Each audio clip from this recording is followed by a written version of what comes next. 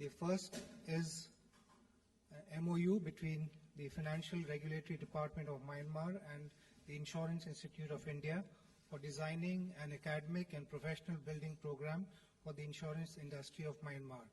This will be exchanged on the Myanmar side by U Cho Thin, Minister of State for Foreign Affairs, and on the Indian side by Shri P. Venugopal, Secretary General, Insurance Institute of India. May I request the two dignitaries to step forward and exchange the agreements.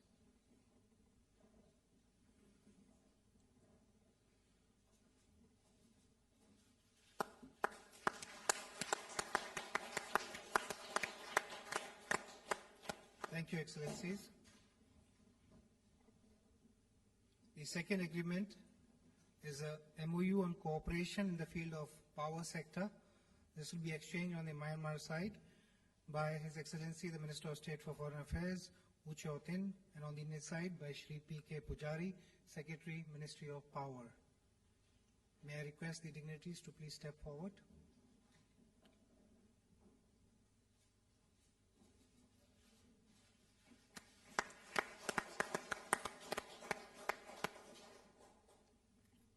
Excellencies, the third and final agreement to be exchanged today is an MOU on banking supervision between the Reserve Bank of India and the Central Bank of Myanmar, to be exchanged on the Myanmar side by the Minister of State for Foreign Affairs, U Cho Thin, and on the Indian side by the Deputy Governor of the Reserve Bank of India, Shri S.S. Mundra.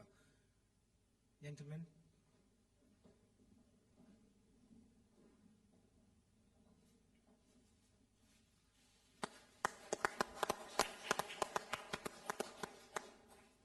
Excellencies, this concludes the exchange of agreement ceremony. Thank you. I will now invite my colleague spokesperson of the Ministry of Foreign Affairs to take the proceedings forward. Good afternoon, ladies and gentlemen. We will now have press statements by the two leaders. May I first invite the Prime Minister of India, Shri Narendra Modi, to deliver his press remarks. Your Excellency, State Counsellor Dr. Aung Suu Kyi, distinguished members of the delegations, members of the media, it is indeed a great pleasure for me to welcome Her Excellency Dr. Aung San Suu Kyi on her first state visit to India. Excellency, we are no stranger to the people of India. The sights, the sounds, and vibrancy of Delhi are familiar to you. Welcome back, Excellency, to your second home. Excellency, you are an iconic leader. Your clear vision, mature leadership, struggle, and eventually success in establishing democracy in Myanmar has inspired people across the world.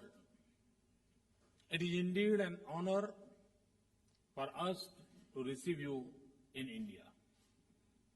We are also grateful for your participation at the BIMSTEC and the BRICS BIMSTEC Outage Summit in Goa a couple of days ago.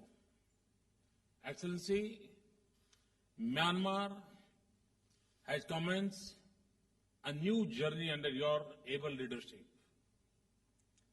It is a journey of hope and much promise. Your dynamism and popularity is leading your country to develop its agriculture, infrastructure, and industry, strengthen its education and skills its youth, build modern institutions of governance, connect more deeply with South Asia and Southeast Asia, and provide security to the citizens.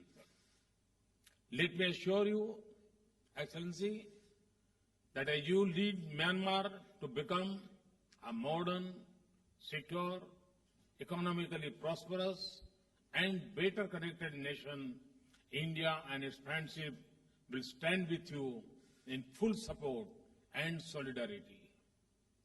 Friends, the State Counsellor and I have just concluded extensive and productive discussions on the full range of our partnership.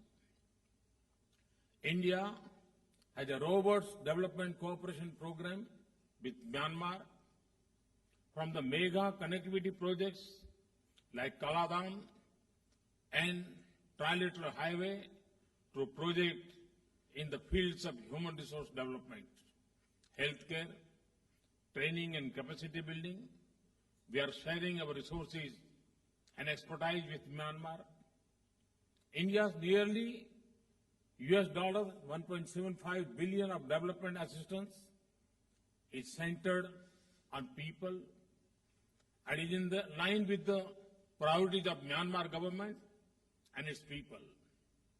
In our conversation, today we have agreed to enhance our engagement in several areas, including agriculture, power, renewable energy, oil and gas, and financial sector.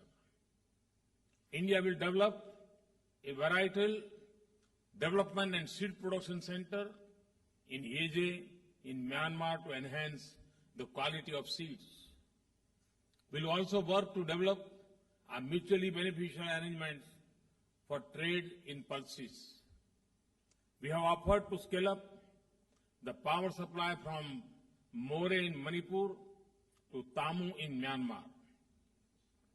We will also partner in a pilot LED electrification project at a site designated by the government of Myanmar. The MOU on cooperation in the power sector signed just now will help create the framework for advancing our linkages in this important sector. Friends, as close and friendly neighbors, the security interests of India and Myanmar are closely aligned. We have agreed that a close coordination to ensure security in the areas along our border and sensitivity to each other's strategic interests will serve the interests of both our countries. Our societies enjoy a cultural connect that is centuries old. We have offered assistance in restoring pagodas damaged in the recent earthquake in Myanmar. The Archaeological Survey of India will also soon begin work on restoring two old temples in inscription of King Mindo and King Bajida in Bodh Gaya. Excellency, I once again commend your leadership and your commitment to take Myanmar forward on its journey to peace, national reconciliation, and economic and social development. As a reliable partner and friend, India stands shoulder to shoulder with you. I wish you and the people of Myanmar all success. Thank you. Thank you very much. Thank you. I thank the Prime Minister for his statement. May I now invite Her Excellency Aung San Suu Kyi, State Counsellor of the Republic of the Union of Myanmar, for her press remarks. It gives me the greatest pleasure to be able to express the deep appreciation of our delegation for Your Excellency's kindness to us and for making this trip a happy as well as an extremely fruitful one. This visit has confirmed the long-standing friendship and trust that exists between our two countries. Your Excellency was kind enough to say that I have led my party and my people in the movement for democracy. But in our struggle, we have been helped greatly by the thoughts of Mahatma Gandhi and Jawaharlal Nehru, great leaders of the Indian independence movement, who have inspired us with their vision and with their belief in their people. We, as a nation struggling to make democratic culture take root in our country, believe in our people. Without a belief in our people, we could not think of setting up a democratic system of government. We believe that India, with its experiences, so similar to us in many ways, will be able to help us in our endeavors.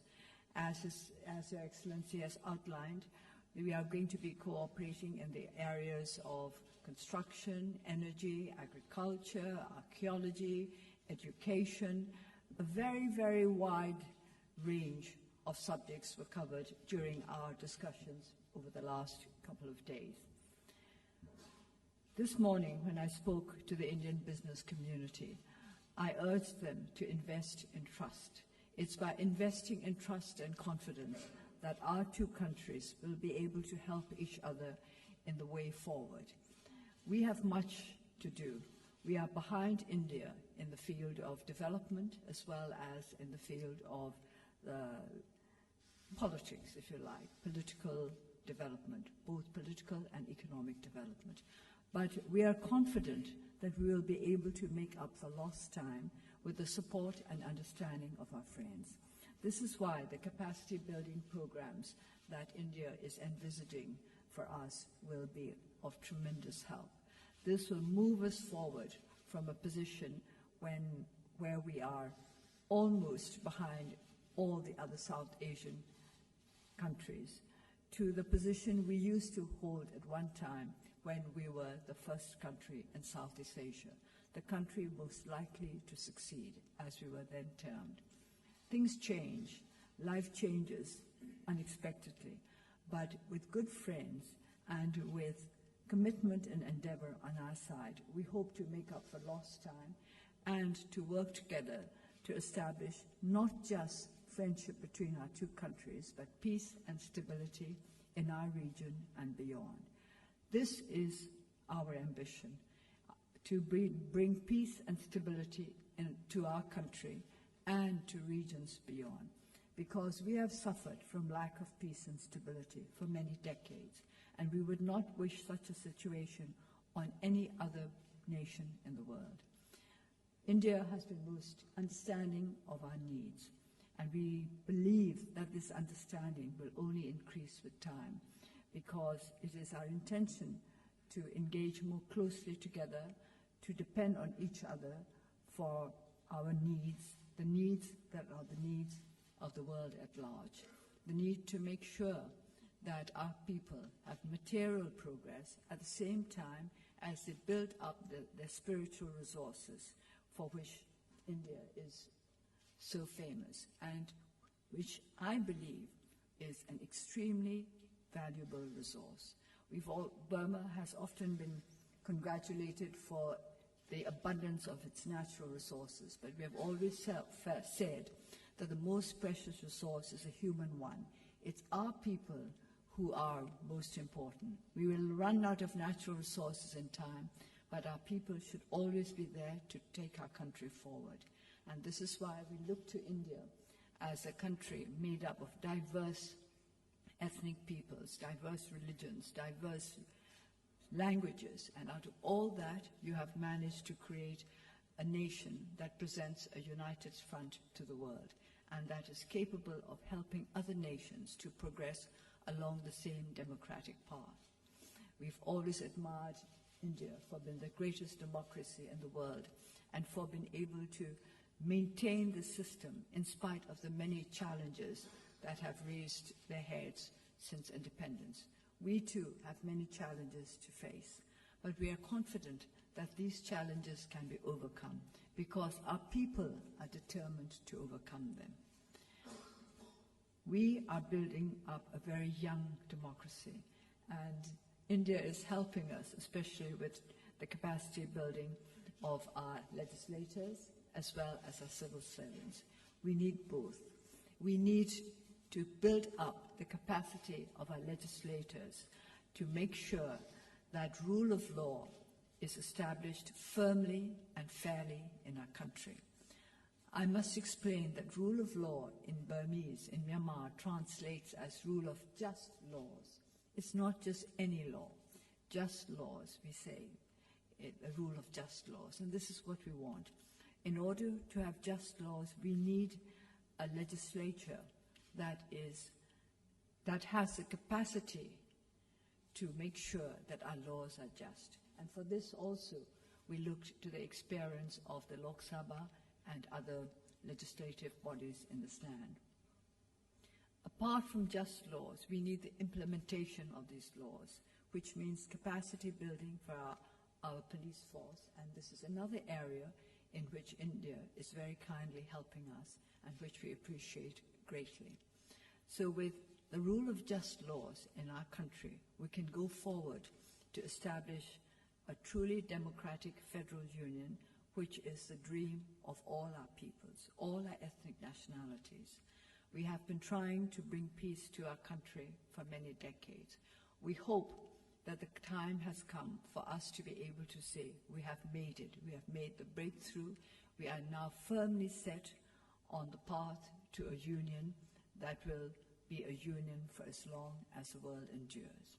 And in this too, we looked to India with its experience of federalism to teach us how we may best bring all our peoples into the process, to be part of our search for peace, stability, and a strong, enduring federal union.